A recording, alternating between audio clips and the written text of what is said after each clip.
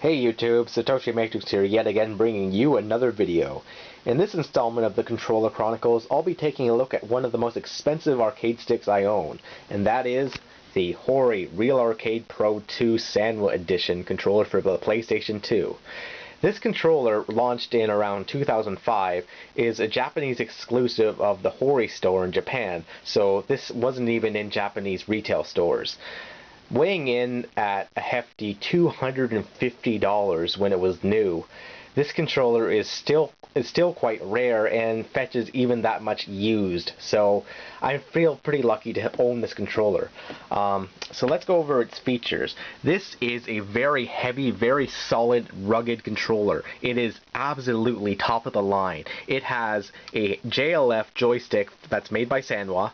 It has full 8-button layout that are all Sanwa buttons, and Sanwa, in case you don't know, is a Japanese manufacturer of arcade buttons for arcade cabinets. So these are not only arcade-like buttons, they actually are arcade buttons. So these are the buttons that are, meant to be put in commercial places and last for years and years and years without wearing out. So these are absolutely the best buttons that you can possibly get. These are not imitation buttons. So, and that is why this controller is as much as it is, given its quality. So you'll see up these two buttons here are the start and select buttons, and then the four face buttons, the two shoulders and the other two shoulders. Its joystick is perfect. It's micro switch controlled. The joystick has been replaced with a bat top. It originally came with a ball top like this. A ball top is the Japanese style arcade stick choice. It's usually called a cherry top because it's cherry ball, but I actually prefer the North American style, which is the bat top. I bought this separately to augment the controller and make it better, even better than it was. In addition to that, it usually comes with a four-way gate. Which means that if you push it in this direction, then it gets stuck. If you push it in this way, it gets stuck. Push it this way, it gets stuck. Push it this way, it gets stuck. And it has a four-way gate. So what I actually have done is I've actually gone and bought a replacement gate for it, which is made by Sanwa again, which is an octagonal gate. And this means I can push it in any of the 8 directions, just like an octagon. So it's absolutely fantastic. In addition to that, up here you'll see individual turbo fire switches for all of the face buttons, including the shoulder buttons. So what you can do here is you can flip these up into their first position, and then what that does is it acts as rapid fire. Flip it up all the way, and what it is it's automatic rapid fire, so you don't even need to press the button. So that's pretty cool. In addition to that, it has this, which is the rapid fire start button, which is exactly the same thing as what you'd expect. It's turbo fire start, so any game that provides that allows you to pause the game without going into some crazy menu or time delay, this works great for. So what is this thing good for? As I said, it's for the PlayStation 2, so the PS2 has tons of games, right? So when you think of like the games that would benefit from this, they're basically down to 3 different genres. They are either fighters, one-on-one arcade fighting games, 2D usually, but 3D as well. Arcade-style games, with there being games like Metal Slug, import that sort of thing. Or the third alternative is, of course, platformers. So the PS2 doesn't really have that many platformers, so you're really only down to the last 2 options. But it does have a few platformers. But the point being that this thing is fantastic for fighters. So in that vein, I am going to show you guys some gameplay. But before fighter, I have booting up one of my favorite PS2 games, or should I say collection of PS2 games.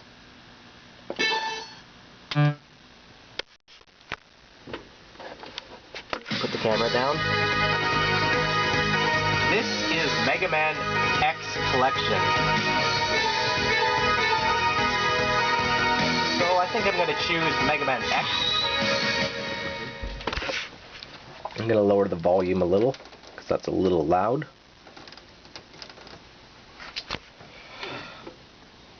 So I'm going to play Mega Man X1. Same as the Super NES version. So this boots up. Oops, put that down.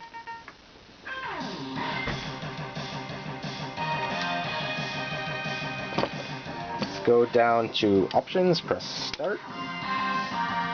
This is obviously how you prefer to play Mega Man. Obviously. Boot the game. Camera down. Turn up the volume slightly.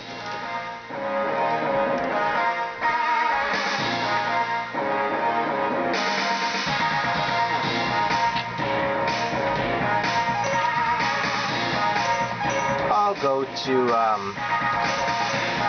Boomer Wanger stage. I've always loved this theme music.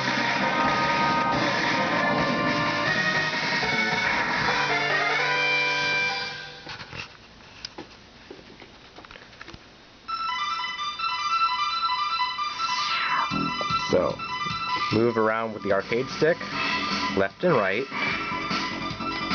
jump, dash, and shoot.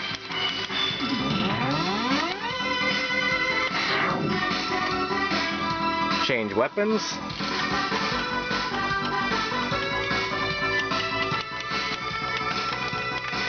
The L1 and R1 buttons. Put the camera down. Now I'll show you something really cool. Go to the turbo buttons. I'm going to flip the rapid fire on. And Mega Man.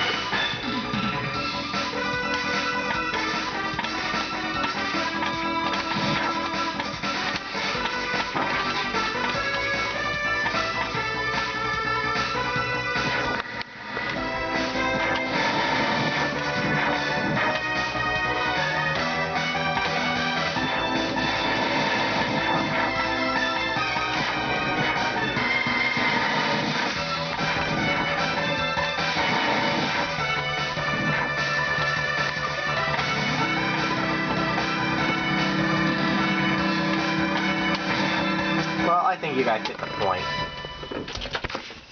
So, next, I think I'm going to switch to a different game.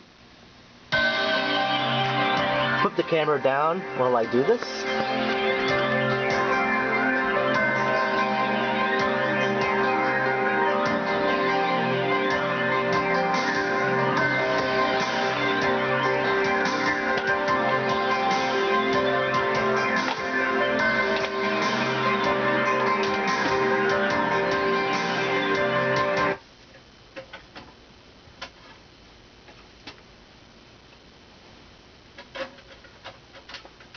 Pop the disc out, put in a new disc, and reboot.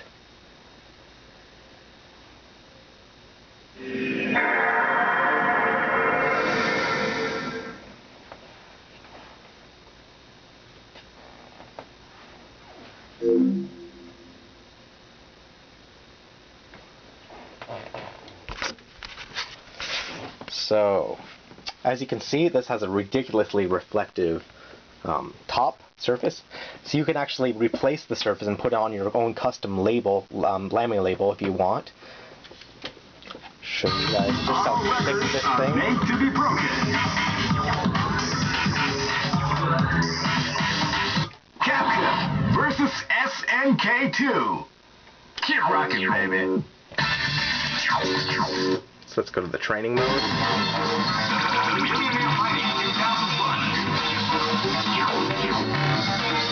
What an incredible cast of warriors has gathered here. However, only one team shall be crowned the champion of the Millionaire Fighting Round 1. But the victory is not an easy one. The champion team will need more than luck to win this tournament. They will have to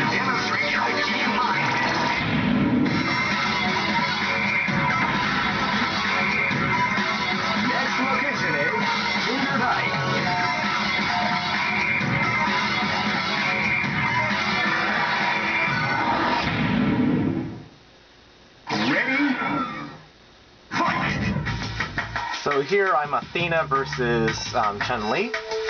You can feel the calm before the storm as the round begins. You can play the regular 6-button arcade game. The combination attack.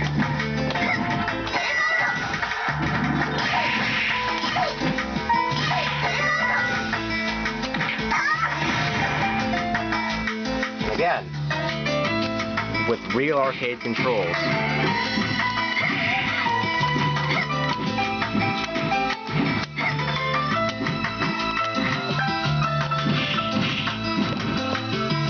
Or turn it to turbo.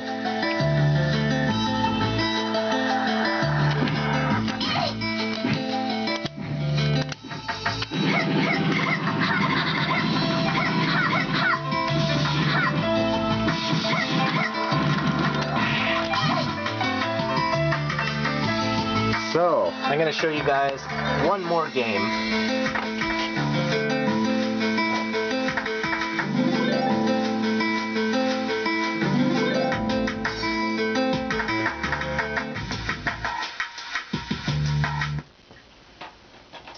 I'm pretty sure this will work, but I'm not 100%, so this will be a live testing.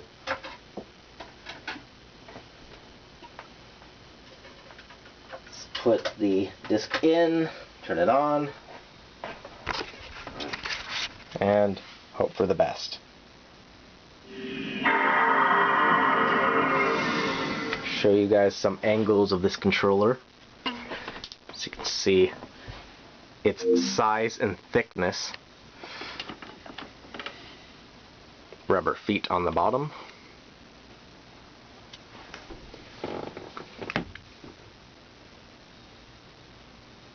Reflective surface. Flip feeds back down again. So what's the game I have booted up?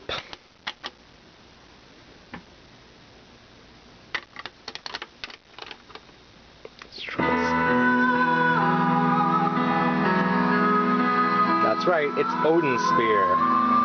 One of the most beautiful games for the PS2.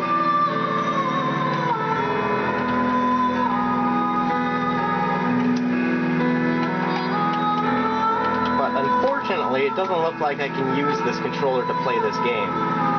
Because unfortunately, this, as extravagant as it looks, is only a digital controller. Odin Sphere is a game that requires you to use the analog controls, which is the analog control stick. You can't use the D-pad apparently, which is a big shame.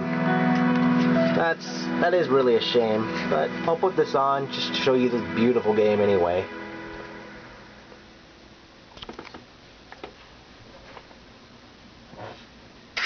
It's now loading.